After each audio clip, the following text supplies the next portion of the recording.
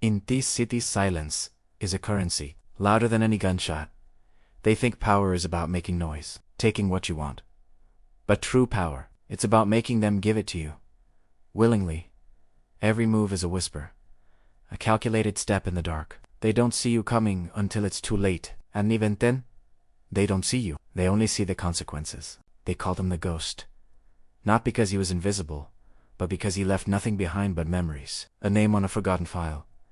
A shadow in a back alley. He understood the rules before they were written. Never show your hand. Never raise your voice.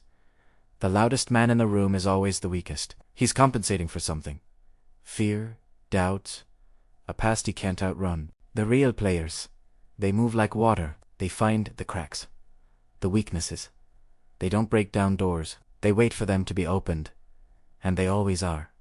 Greed, desperation, pride. These are the keys. You just need to know which one to turn. He knew. He knew the pressure points, the little secrets people bury, thinking no one will ever dig them up. A favor here, a quiet word there. It's agweb, intricate, delicate. Every thread connected. You pull one, and the whole structure shivers. He never pulled too hard, just a gentle tug.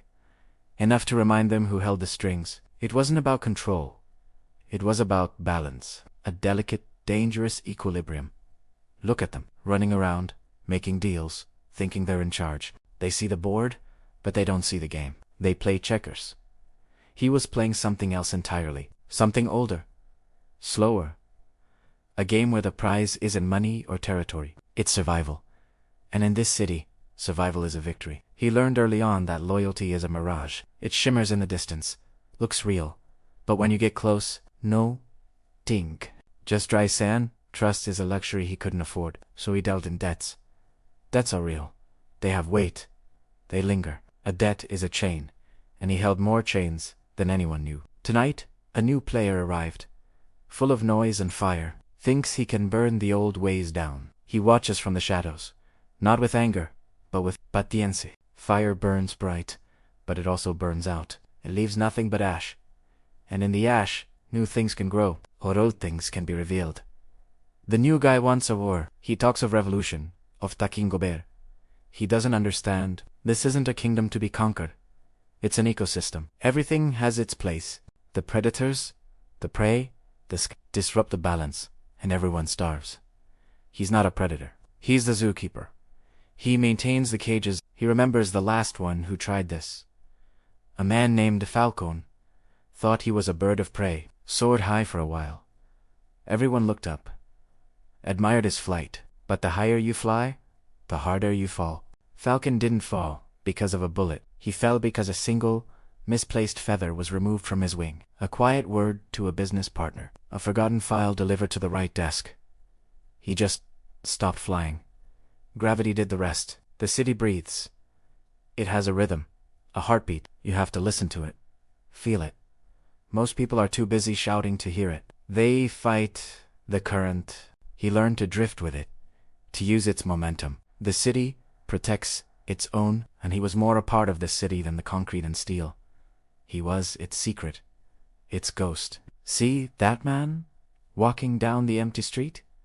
He looks like nobody, just another face in the crowd. But he's the one who decides if the streetlights stay on. He doesn't own the power company. He just knows the man who does. Knows his secrets. Knows his fears. That's power. The invisible thread. The new guy is making his move. A shipman, a warehouse, by the docks. He's bringing in muscle, making a show of force. The police are being paid to look the other way. He thinks he's thought of everything. He's planned for ambushes, for betrayals, for a fight. He hasn't planned for a quiet phone call. He hasn't planned for a fire inspector to show up for a routine check. He hasn't planned for the union to suddenly call a wildcat strike, blocking the roads for miles.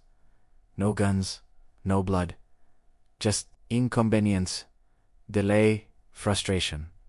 The shipment will be late. The buyers will get nervous. The money won't move. The foundation of his new empire will crack before the first brick is even laid. The new guy will blame his rivals. He'll start a war based on a false assumption. He'll burn himself out, chasing shadows, and the ghosts will watch, from a rooftop across the river, sipping his coffee. Power isn't about winning the fight. It's about making the fight unnecessary. It's about letting your enemy defeat himself. They always, though their ambition becomes their undoing. Their ego, their anchor. They want the throne so badly they don't say that it is wired to explode. He finishes his coffee. The sun is coming up. The city is waking. The night's work is done. Another thread pulled. Another lesson taught, though the student will never know who the teacher was. It walks away, melting back into the morning crowd. Just another nobody. On his way to nowhere, the ghost doesn't need a destination. He's already there. He is the quiet hum beneath the noise, the pressure that holds it all together, and the one who can make it all fall apart. In this city, silence is everything, and he is the silence.